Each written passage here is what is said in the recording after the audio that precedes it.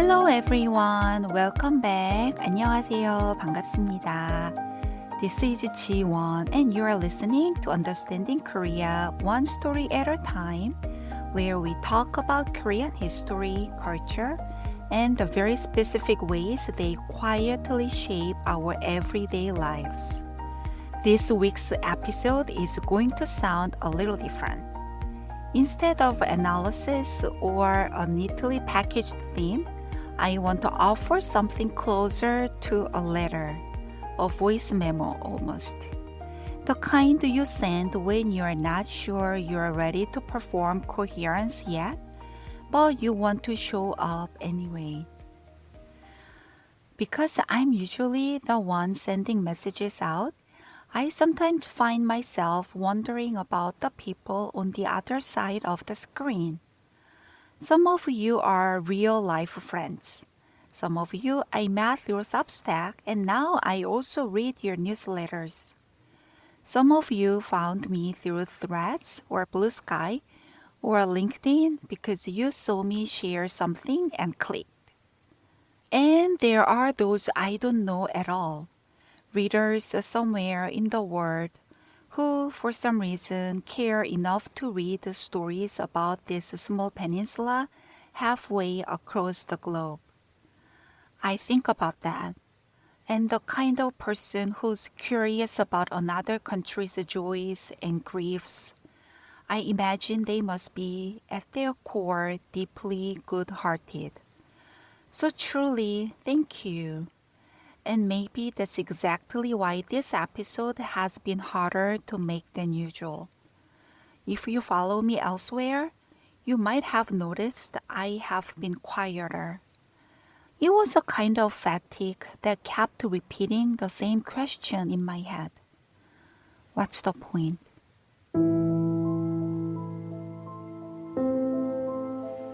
At the start of this year, my daughter got sick, and I began writing about Korean care, about small home remedies, the rituals, the words we see while rubbing a child's stomach.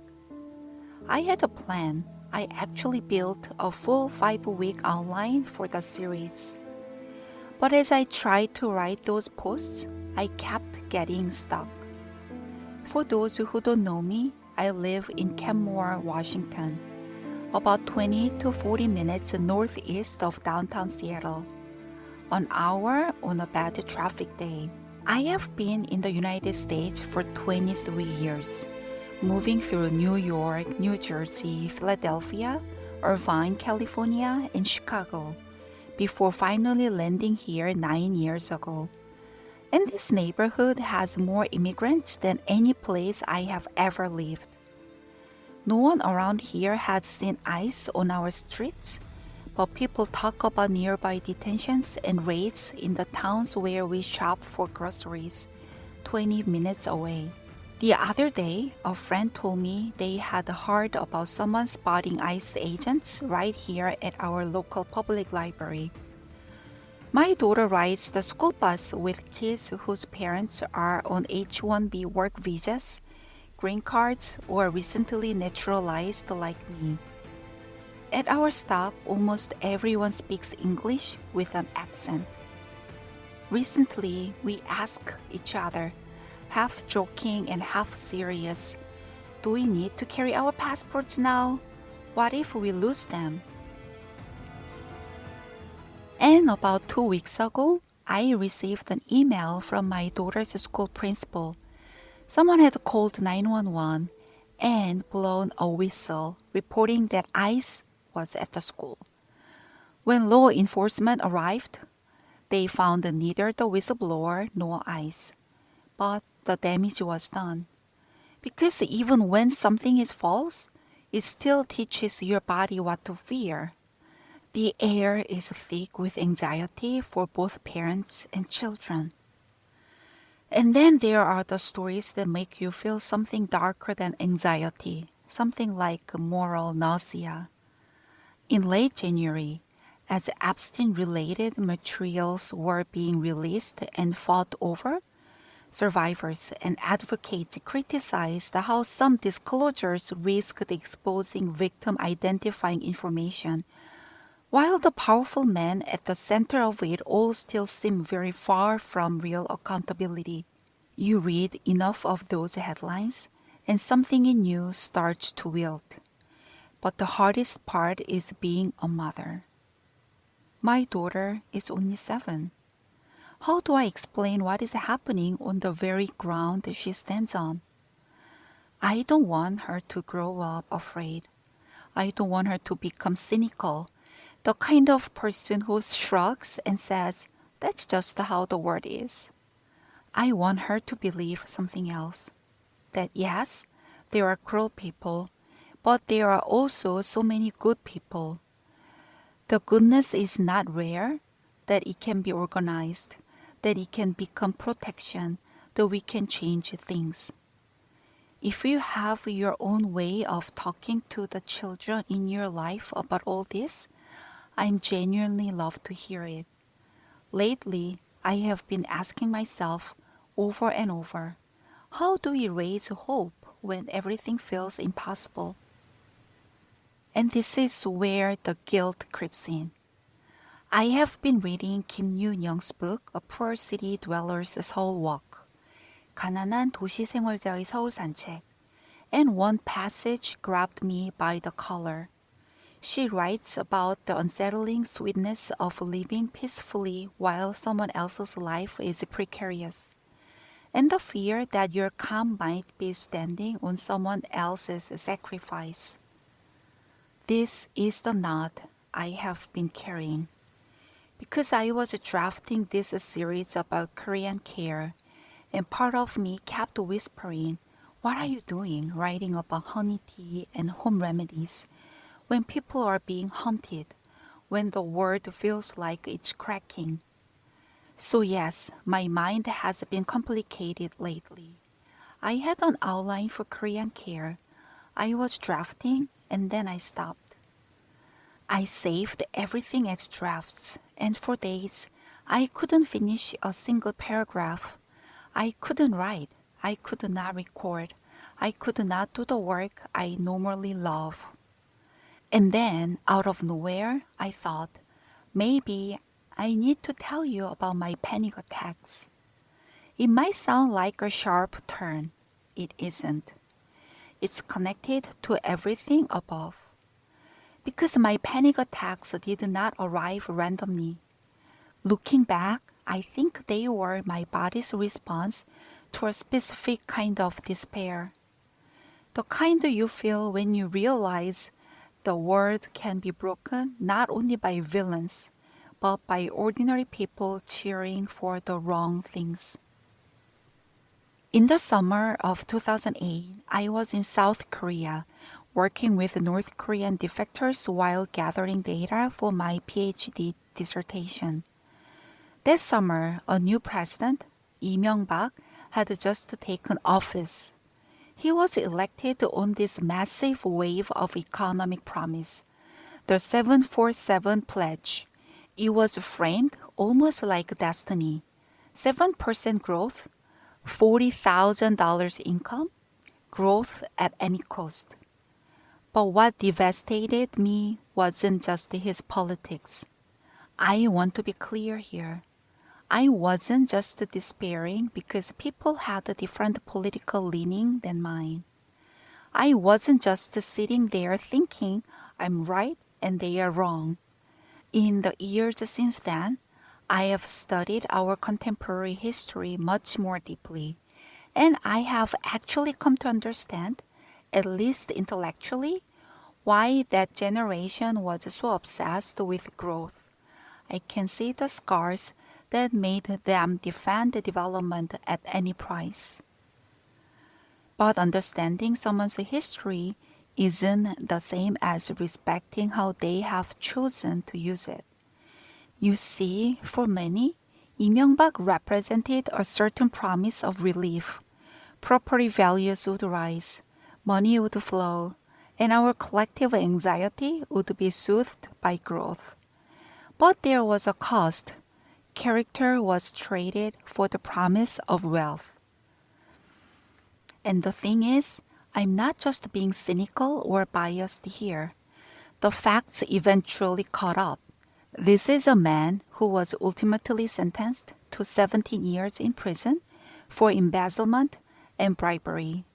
He was in a prison until late 2022 before he was granted a special pardon. What saddened me so deeply wasn't that his crimes were some big surprise. It was the fact that the evidence was already there. We already knew who he was, and yet so many people were still so enthusiastic about him. There is a dark irony in this when I look at my life in America today. For all its flaws, South Korea actually has a way of demanding accountability. We send our former presidents to prison when they break the law. When Donald Trump was elected again in 2024, despite all the legal battles and the evidence, my friends back in Korea were horrified. They said, Jiwon, a man who should be in jail, is becoming the leader of the free world again. America is truly terrifying right now. It made me realize that while Korea has its deep struggles, it has this stubborn, almost fiercely way of demanding that no one is above the law. It's a lesson that even older democracies seem to be struggling with these days. But back in 2008, I could not see that far ahead. I just felt the weight of it in my bones. At the time, I was 3 years into my marriage. I called my husband in the US and said something I can still hear in my own voice. I cannot have a child in this world. If I don't see this world as worth living in, how could I bring a child into it? That would feel like a crime. My husband, who is gentle in a way I do not take for granted, listened. He respected my fear. And then, exactly 10 years later, a completely unplanned daughter arrived. Watching him love her with his whole heart has made me understand more deeply what he gave me back then. After that summer, something in me soared. I started carrying a constant internal rage. How can the world be like this? How can a country be like this? And then my body began to revolt. At night, when I lay down to sleep, my chest would pound. My breath would shorten. I would feel like I couldn't inhale enough air to stay alive. I would think I'm going to die. Or I'm going to lose my mind. I didn't even know the term panic attack yet. I just knew I was terrified of myself. I started looking up psychiatric hospitals in Philadelphia. And then another obstacle appeared, absurd and real at the same time. I didn't want to explain what was happening in English. I could describe the symptom technically, but it didn't feel like my language could hold the pain. It didn't feel like I was telling the truth of my body. I looked for Korean-speaking psychiatrists near me. I could not find one. Also, I was a PhD student, overwhelmed, always running on deadlines. The idea of seeking help quietly slipped into the category of things I would do later. Before President Lee Myung-bak, Korea was led by President Roh Moo-hyun. I truly respected him, and I still believe he was one of the finest presidents Korea has ever had. Back then, it felt as though Korea was not yet a country deserving of such an extraordinary leader.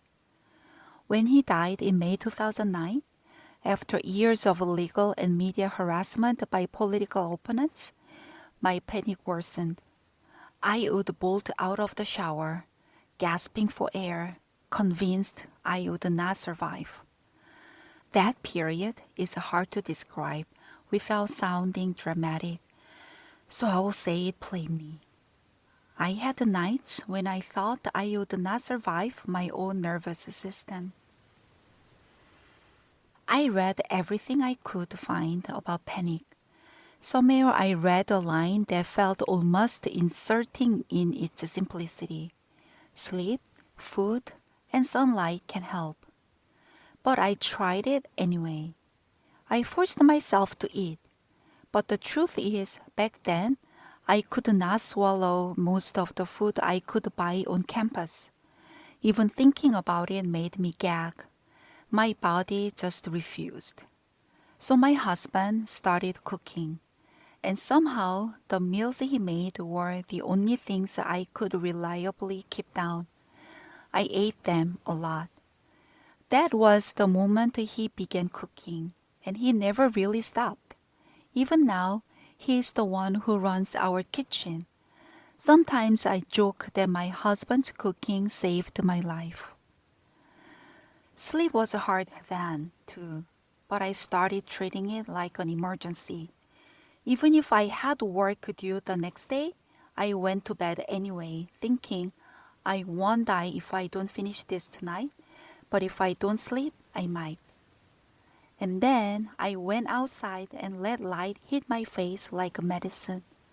I started meditating too, and to my surprise, they helped slowly and genuinely. And then something else helped, unexpectedly. One night, while searching the web, I stumbled onto a small personal website by the webtoon artist Ji-hyun, who published under the pen name Yao. At the time, her site was just her daily life, her comics, her thoughts, nothing motivational, nothing polished. And yet it comforted me, not because it solved anything, but because it reminded me a human being is still here, noticing the world, making meaning, telling the truth of her day. I became a fan. I sent her work to friends. When I eventually went back to Korea, I reached out, we met, and we became friends. We realized we shared a particular vulnerability. We both observed political chaos with our whole bodies. In my case, it became panic. In her case, she has fought cancer twice. I won't insert either of our lives by claiming simple causes. But I will say this. When the world turns cruel, some people feel it in their bones. So we remind each other still to care for our bodies first before trying to care for the world. Her old blog was eventually hacked and lost after she was attacked online for criticizing the conservative government. Her story is a reminder of how fragile truth tellers can be. But it also taught me that one honest voice reaching another can be your lifeline through the darkness.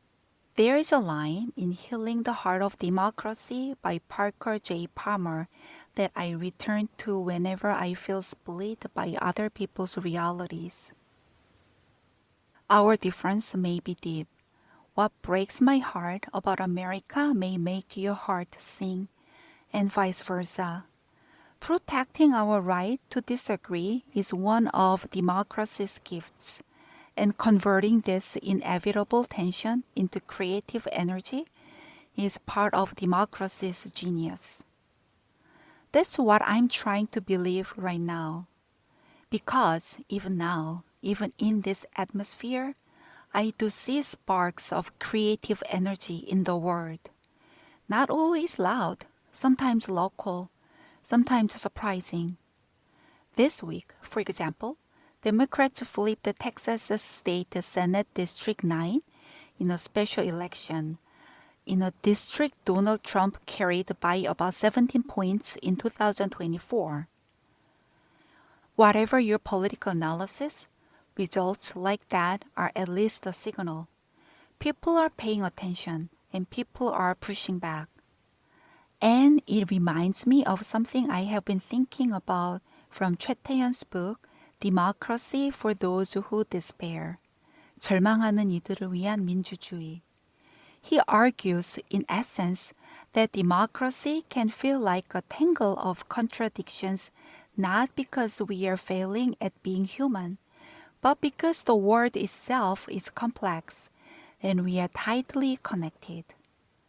The consequences do not stay in one place. One thing leads to another. Good intentions collide with messy outcomes. Sometimes conflict produces unexpected cooperation, and sometimes cooperation ends in heartbreak. That is true in Korea. Korea's democratization did not move in a straight line. It moved like someone walking through a crowded alley. 2 steps forward, 5 steps back, then 10 forwards again, then suddenly a wall. And it might be true here too. We might be living through a scary setback and also the slow gathering of people trying to push the path forward again. So here's what I want to say to you and to myself. My panic has been resurfacing lately. It's harder to sleep. The news cuts deeper than it used to. But writing this today reminds me maybe someone else out there needs the gentlest reminder. Eat something, drink water, step into sunlight, move your body even a little. If you can, talk to someone who can help. If you are in panic, you're not broken. Your nervous system is trying to keep you alive. And when I'm ready, I will return to the topic of care in Korea. That might be next week, or it might be the week after. I have so much to share, and I still believe those stories matter. But if these days give me something else I need to say first, I may follow that thread too. Either way, thank you for giving me a space where I can speak honestly, without having to pretend I have everything figured out. Before moving forward, I just needed to say this first. Thank you for reading, for caring, for letting me be your small presence in your inbox. Wherever you are, I hope you're finding your own ways to breathe again, to rest, and maybe in small stubborn flashes, to hope. Take care and I will see you soon. 오늘도 들어주셔서 감사합니다. 다음 주에 만나요. Bye!